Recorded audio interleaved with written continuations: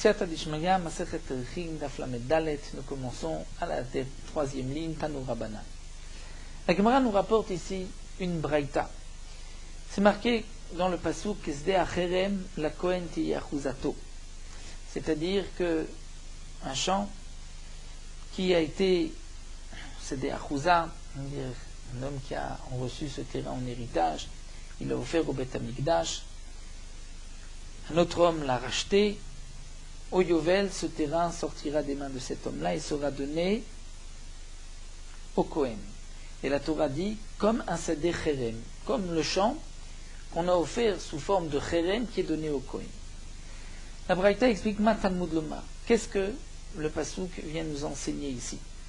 Pour nous dire, Minaim le Kohen Shigdish Sadeh Charmo. Ce que l'on veut apprendre, le Sadeh Cherem, c'est que si un Kohen a lui-même offert le champ Sedeh Charmo, il avait reçu un Sedeh Cherem. Un Israël avait dit, je rends ce champ Cherem, il a été donné au Kohanim, et le Kohen veut l'offrir au Beth Amikdash. D'où est-ce qu'on sait chez le Yomar que le Kohen ne pourra pas dire oui, Vyotza la Kohanim, puisque de toutes les manières, si le terrain n'est pas racheté, le terrain sera donné au Kohanim, puisque c'est devenu maintenant le Sedeh Achouza du Kohen. Donc le Kohen qui l'offre, si au Yovel il ne le rachète pas, le terrain sera donné au Kohanim. Et donc lui il va dire Varitachat Yadi. Donc puisque le terrain est chez moi et que je suis Kohen, donc t'es chez lui, je vais garder ce terrain-là. Vedinu, et c'est d'ailleurs logique, si je peux recevoir le Sedeh Achouza d'un Israël qui l'a offert au Beth Amikdash, un autre a racheté, lorsqu'arrive le Yovel, je reçois ce terrain, Michel Latzmi, si c'est mon terrain que j'ai offert le Cholshken, que je peux le recevoir. Talmud Lomar, donc le pasuk vient dire Vaya Sadeh Betzeto Bayovel Kodesh Lachem Kesde Acherem. Le champ du Israël Sedeh Achouza qui a été offert au Hekdesh, qui a été racheté par une autre personne et pas par le propriétaire au Yovel, le champ sortira et sera comme le Sedeh Acherem. Qu'est-ce que la Torah vient nous dire? Que le Sedeh Achouza sera comme le Sedeh Acherem. Qu'est-ce que j'apprends de ce pasuk? Qu'est-ce qu'on a appris du Sedeh Acherem pour le Sedeh Achouza? Mais Ata, dès lors je vais dire Rezebale Lamed, comme nous l'avons vu plus haut, le Sedeh Acherem viendrait donc théoriquement pour nous apprendre un din pour le Sedeh Achouza. Mais puisqu'il n'y a rien à apprendre, Venimtza Lamed, c'était au contraire, c'est le Sedeh Acherem, on va apprendre un din pour le Sedeh Acherem du Sedeh Achouza. Et donc Makish Sedeh Charmo, le Sedeh Achouza, dans ce passouk, on va faire un Ekesh. Entre le champ Charmo, c'est-à-dire le champ Cherem, que le Israël a rendu Cherem, et ce terrain a été donné au Kohen, je vais faire un kesh avec le Sedeh Achouza chez l'Israël. Et je vais dire, Ma Sedeh Achouza chez l'Israël, Yotze mitachat yado, le terrain sort de ses mains, si le Kohen l'a racheté du Hekdesh, le terrain sortira des mains du Kohen et sera donné, partagé parmi les autres Kohanim, ou mitralek et la Kohanim. Eh bien, Af Sedeh Charmo, de même, le champ que le Kohen lui-même il est d'abord reçu en tant que Cherem et qu'ensuite il a été Magdish, Yotze mitachat yado, il sortira de sa main, mitraleket lechav kohanim, et sera distribué entre ses frères kohanim. Donc ça c'est ce qu'on apprend parmi ce qu'on apprend de ce pasuk. Kesde Acherem, donc la Torah qu'on parle au Sedeh Achouza, au Sedeh Acherem, c'est en vérité pour apprendre un din du Sedeh Achouza pour le Sedeh Cherem. Amarmar, la Gemara reprend donc cette braïta. On a dit que le Kohen qui avait reçu un champ Sedeh Acherem et qu'il a offert ensuite au Beth Amikdash, s'il n'a pas été racheté jusqu'au Yovel, on pensait que lui pouvait garder ce terrain, si bien sûr il faisait partie du Mishmar lorsqu'arrive le Yovel, puisque le Kohen disait B'shel Acherim anizoché, si je peux recevoir le champ Sedeh Achouza d'un Israël qui n'a pas été racheté par le propriétaire au Yovel, je le reçois, donc à plus forte raison que mon propre champ, celui que j'avais reçu en tant que Cherem et que j'ai offert, que je peux le garder. Et la Gemara va poser la question, Midame, quelle est la comparaison? Atam Zoché Be'alma, là-bas dans Sedeh Achouza. Le champ est partagé parmi les Kohanim du Mishmar, donc lui reçoit une part parmi les autres Kohanim, mais Achak Shakile, ici il veut prendre tout le terrain. Amar Ame Bachama, Ame Bachama explique Tzterir. On a besoin, on aurait pu penser. Sal kadachatach amina ou puisque c'est marqué bish et kodashav lo yiyu. qu'un homme, et kodashav lo yiyu, ces korbanot seront pour lui.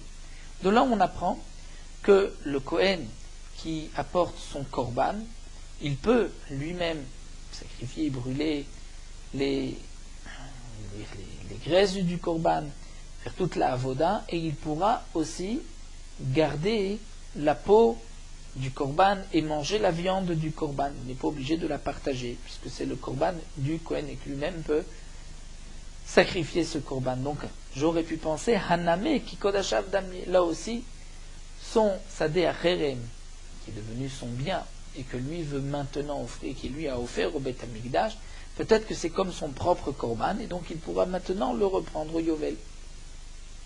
Mais là encore, on demande la Gemara, Midame, quelle est la comparaison? Kadashav lav birshuto, hacha birshuto, dire ces korbanot, lav birshuto. C'est-à-dire, il ne les prend pas comme s'il avait un droit dans ces korbanot. Mais c'est parce que lui va brûler les morim sur le mizbeach, les morceaux, donc il a le droit ensuite de prendre la peau et la viande. Mais ici, birshuto, c'est-à-dire, il ne veut pas le recevoir comme salaire pour son travail, mais il veut s'emparer, prendre ce cédé à Kherem qu'il a offert. Donc ça ne ressemble pas à son korban, où le korban il le reçoit comme, on va dire, salaire pour son travail. Et là, Rav Nachman, alors Rav Nachman reprend et dit non, voici ce que la Braïta vient nous dire. Quel était le chidush? Itzterich. J'aurais pu penser, Salkadata Chamina, j'aurais pu dire, pourquoi ai-je besoin du passou? J'aurais pu dire, oui, victime, puisque c'est marqué Kachuzat Olam Hu Lahem, que à propos des villes des Lévim et des Kohanim, c'est marqué que c'est leur héritage à jamais et qu'ils peuvent racheter à jamais, même après le Yovel. Donc j'aurais pu penser Haname Achuzatoi, que lorsque le Kohen a reçu un Sdecherem, ça devient sa Achuza, et même après le Yovel, il pourra racheter le terrain, et donc le terrain ne sera pas donné aux Lévim, aux Kohanim, pardon, au moment du Yovel. Donc Kamash Malan, grâce à ce Ekesh, où le Sdecherem est comparé au Sdechachuza d'Israël, où on va nous dire Kamash Malan, que ce qui est marqué, c'est Achuzato in Charmolo. C'est-à-dire que le Sdecherem est comparé au Sdechachuza chez l'Israël, il sortira de ses mains au Yovel, il sera partagé au Kohanim. C'est uniquement la Achuza du Kohen et du Lévi que le Kohen et le Lévi pourront racheter à jamais, mais son Cherem n'a pas le même din, ce n'est pas comme la Achuza du Lévi, c'est comme la Achuza du Israël, et donc au Yovel il sortira et il sera partagé parmi les Kohanim.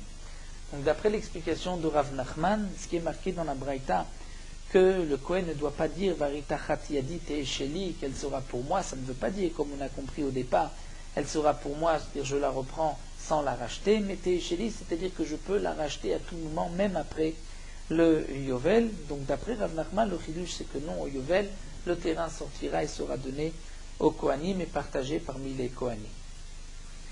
Hadran alach hamocher sadi uslik masechet techin, terminé masechet techin siata dishmaya, hadran alach masechet techin v'adrachalan, tot masechet techin v'adrachalan, shemnar masechet shemnan b'al ma'aden, v'lo b'al ma'adeate.